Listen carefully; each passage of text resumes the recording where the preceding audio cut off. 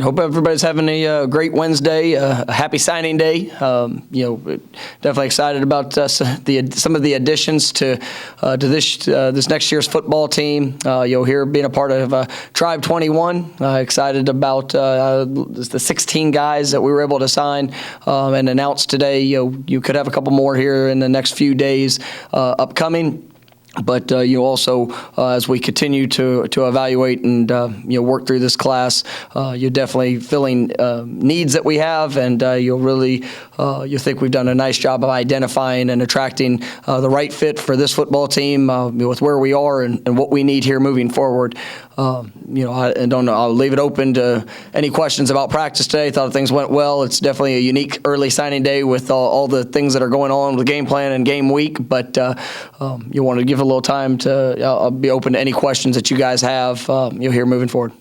First question will be Chris Neal from Knowles 247.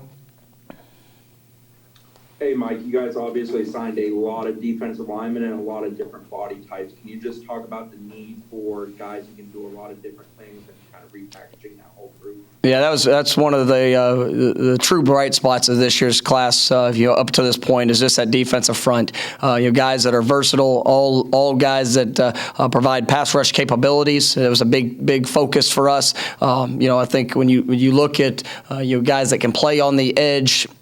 All five of them have played at the end position. We think guys that like Sean Bray, Josh.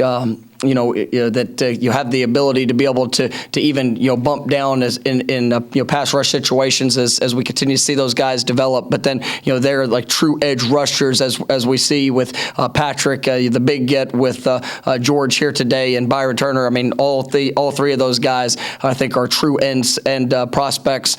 Big ceilings. Great room for development here in their future. And I think addressed a major need that we had and. We're definitely excited about that group. Next will be Gene Williams from WarChant.com. Hey, Coach, to follow up on Chris's question, obviously a lot of ends in this class, edge rushes, as you mentioned. Don't see a true defensive tackle so far. How much a priority is that getting a true interior defensive line going to be going forward? And how much of that could be addressed through transfers, whether JUCO or otherwise? I mean, it's potential, but we also look at, as we go through our process, you look at guys, their frames, the growth potential. We want to be fast. We want to be explosive. Obviously the size and strength of what these guys possess. I mean, it gives them a lot of versatility. As they're moving forward, we are continuing to work through the process. Could you absolutely take a guy that to sign that's just an interior player, but on the flip side, we also have some guys here that are on the roster that we think that could, as they continue to grow, have that capability. And so, I think we're in a really good place. You look at the group of defensive tackles we have on the roster. A lot of sophomores and younger, and so I think we're in a good spot right now, and we're going to continue to evaluate that here moving forward. Next will be Matt Baker from Tampa Bay Times. Hey, Mike, I've got kind of a bigger picture question. Obviously, this whole recruiting cycle has been very weird because of the pandemic. Is there anything that you've liked about how it's all shaken out? And the flip side, what concerns do you have kind of long-term with this class because of how weird everything's been? Yeah, I think it's always tough when you don't get to see more face-to-face in-person evaluations. I mean, that's why we relied heavily on relationships, and as you look at it, not only guys that we've been aware of for years, years prior, but also guys that they've either been coached or I'd say almost represented, from the high school coach or position coaches of guys that have been former Seminoles, and it's pretty remarkable as you look down at this list. Just the connections to our program, the relationships that have been developed. I mean, we've one of the things that we've done throughout this process, we've watched so much game tape to really try to assess the mentality, because that's something that's critical. Is we want the biggest, strongest, fastest football players that we can get, but we need the right mentality, the makeup of who they are. the importance of the mental toughness, the discipline, the drive to be to be willing to work to become great. And obviously the relationships are important within everything of this football family. And that's where I think we really hit a home run in this class. We've got great young men that we're bringing to this program, all that have that are like-minded, have a workman's approach, and very talented in what they do. Being the type of football player that they were was something that's important. And then you couple that with the development, developmental potential that they bring. It was I think a really good class for where we are. The Irish football from Warcamp. No, when George Wilson had his ceremony, his mother made a comment that Coach Odell and the staff really made her feel comfortable sending her son down here to school. How long have you guys been talking to their family, and how were you guys able to build that relationship that quickly? Well, it was kind of funny. George was a young man that we had got a lot of information on. Earlier in the process. I'd say early summer or late spring, early summer. I loved his film. He hasn't played football for a long time, but you see he came in and in his junior year just really took to it. It was a dynamic pass rusher. Was tough this year, not being able to play, his senior year, and just continuing to grow and develop. But he was looking for the right fit. And he was committed to South Carolina, and really, as we were getting into his recruitment there at the beginning, I want to say it was about a week after is when he committed to South Carolina. And I told him whenever he started to explore options that was one of the toughest weeks that I've had, because we were so excited about what he brought, and then he had made the commitment. And but we just tried to stay stay through the process, and just really building a relationship with the family was something that was critical, because we knew George is a young man that relationships are critical to him. And we really had a great bond that was created, and just so excited about what he's going to bring and the potential that he has here at Florida State. Next will be Brennan Snow from Mill 247. And Mike, kind of following up on that, you mentioned George and his athleticism. Patrick Payton as well seems similar size, similar level of athleticism. Can you kind of discuss his recruitment, and also just to have both those guys in this class, the importance of that type of speed coming off the edge? It was critical, and Patrick was a young man that I think he had 17 and a half sacks as a junior, and when we got here, was so excited about him. I offered him early, within the first couple of weeks that I got the job, and just going through that process, I know he had made a commitment to another school. We were excited about working to get him up, and then when the quarantine hit and the dead period and all those things happened, we just had to do a wonderful job of the virtual recruiting and building that relationship. And Patrick, I think, has all the upside in the world. He is a great young man. He is a driven, hard worker. His best days are in front of him. But you look even in the shortened season, going to Miami Northwestern, and in every game that he played, he made an instant impact, scoring touchdowns, whether it was interceptions, fumble recoveries, quarterback sacks. His ability and the physical development that he showed in being able to play the run, and just his the pursuit to the ball. I think if you look at George, Patrick and Byron, those guys that are kind of those true ends, coupled with Chambray and Josh, guys that can play all over the defensive front. It was a critical piece, and with getting Chambray and just his versatility and what he can do, it's going to be a dynamic front, and one that I think is going to put us in a great position for years to come. And excited about what those guys are doing. Now we'll go to Kirk from the Tallahassee Democrat. Coach Johnson on the Coaches Show just a few minutes ago talked about how early playing time was a really big selling point in talking to guys in this class. Obviously, that's not always the case at a program kind of this caliber historically. So how much do you think that maybe factored into some guys' decisions of coming? Well, I mean, I think that these guys are competitors. They want to make an early impact. They also understand the competition that's going to be in front of them.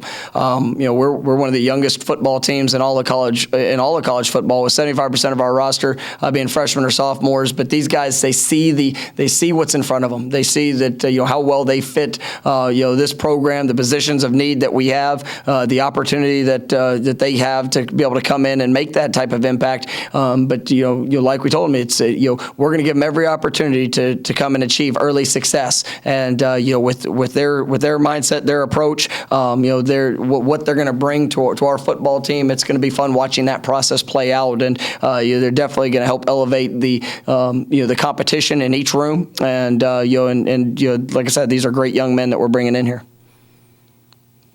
Next, we'll go back to Chris from Knowles 247. Hey, Coach, how important was it to get Rod Orr?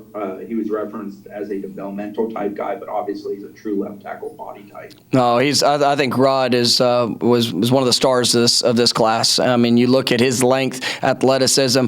You go from his junior year to his senior film. You see unbelievable steps that have been taken. Rod is another young man that was a basketball player that turned football player. He also was a guy that played on the defensive line there earlier in his career, flipped over to the offensive side, and you see the growth of what he's been able to do. And I thought this year he was one of the best tackle prospects his senior year of anybody that I saw. And so I think Rod's best days are in front of him. I think he'll be able to come in and have a chance to make an early impact. You look at a guy like Robert Scott this last year that's was a guy we signed in the second signing period, but has been able to come in and start majority of the season there at right tackle for us. I think when you look at Rod, the athleticism and the length that he provides, he's definitely going to come in here and compete early, I do believe. All right, next will be Allison Posey. Hey, Coach. Sorry if you've already been asked this. I was at another signing. Today's busy, as you know. I wanted to ask you about Josh Farmer. Local guy, Gadsden County, was one of the first commits you picked up when you got here. Just the importance of signing him and the presence of having another local player on this Florida State roster. No, I mean, it's huge. And, Josh Farmer was actually the first to commit to us in this year's class. And, I still remember the day he came over for a junior day there early in January. And, we were sitting at my desk, and, we had an unbelievable celebration. There was his friends or with his brothers and coaches that were all there, a part of it. But just seeing his work ethic, his desire to be great. I mean, he has done a remarkable job, and even in his physical development, you see he has huge growth potential, within his body and his frame. He's great. He was coached by a Seminole great and Coach Corey Fuller that definitely raves about him in all aspects. And it's fun watching even their team as they went and continue to grow through the season. Going all the way up until this last week, and just what what Josh meant to them and what he's going to mean to us. That toughness and an overall mindset of being willing to work for what you want. And Josh has overcome a lot throughout the course of his life, and just so excited to have him a part of this family and what he's going to bring to this program. All right, we got time for two more. Next will be Ira from Warcamp. How many more receivers do you think you're going to end up taking in this class? And also, how do you determine balancing aiming for February versus maybe keeping your options open for what might come available on the transfer market later? Yeah, that's been one of the interesting dynamics of this recruiting cycle. Is it is the first year of the transfer portal, the potential of I'd say not the first year of the transfer portal, but the possibility of immediate eligibility, and making sure that we are exploring all options when it comes to that. We have certain needs. We'll probably look to sign I would say 3 more receivers potentially, and we've got there's still a couple more days before in the high school signing, and even leading up to January when we start school, of potential opportunities of those things. And then we've got a couple things we're excited about for the February signing period as well that we're looking forward to. So as we go through this process, it's still going to be about assessing the right fit. Offensive skill positions are something that we're still going to evaluate. We're excited about some potential options there, the offensive line, and a couple defensive positions as well. So we're handling this this new age of recruiting, I think, really well, giving ourselves a lot of flexibility with that. As you saw with Mackenzie Milton, that was something that we've spent a lot of time evaluating as a staff, and I feel so good about the three guys that we have here and what their future is. It just was the right decision, in my opinion, to go and bring an experienced quarterback that could come in and I think really elevate that room, on and off the field. But you really not look to sign a quarterback in this year's class, which is setting up one, helping space out a little bit our quarterback room and the age and what they have, but also as you look forward to the 22 class, it really provides a very attractive situation to go after one of the nation's elite as well. And so we really try to plan out all of those things and leave ourselves great options here as we move forward. All right, last one, I'll go back to Gene for more chance. Hey, Coach, I want to ask you about the graphic, the backyard football that you guys used on the your account. And I guess who gets credit for that? What input do you have? Is it just somebody comes to you with an idea, you say, I like that idea? And then finally, did you know the video game Backyard Football? Well, I will tell you that I cannot take credit for the idea. I mean, our recruiting department, we have, it's a wonderful group, and as a collective effort, Adam Van Clay, Kyle, Clayton, those guys, they came and really presented the idea of being a unique year, of not being able to get all these kids on campus and to have all the graphics and the things that we've done before, just to be able to celebrate them becoming Seminoles. And when you look at a game like Backyard Football, I mean, that's one that is known from a little bit older generations, that you have a great appreciation for that. But I thought it was a tremendous idea. The amount of work that went into that, got to thank Eugene for for taking part of it, and some of the voiceovers. It was special. And I mean, these kids, it's a day they'll remember forever. And to be able to have that type of graphic, just a testament to how we're trying to do things. And I mean that to the work that goes into all the departments, our academic staff, our strength conditioning, athletic training, the recruiting department as a whole.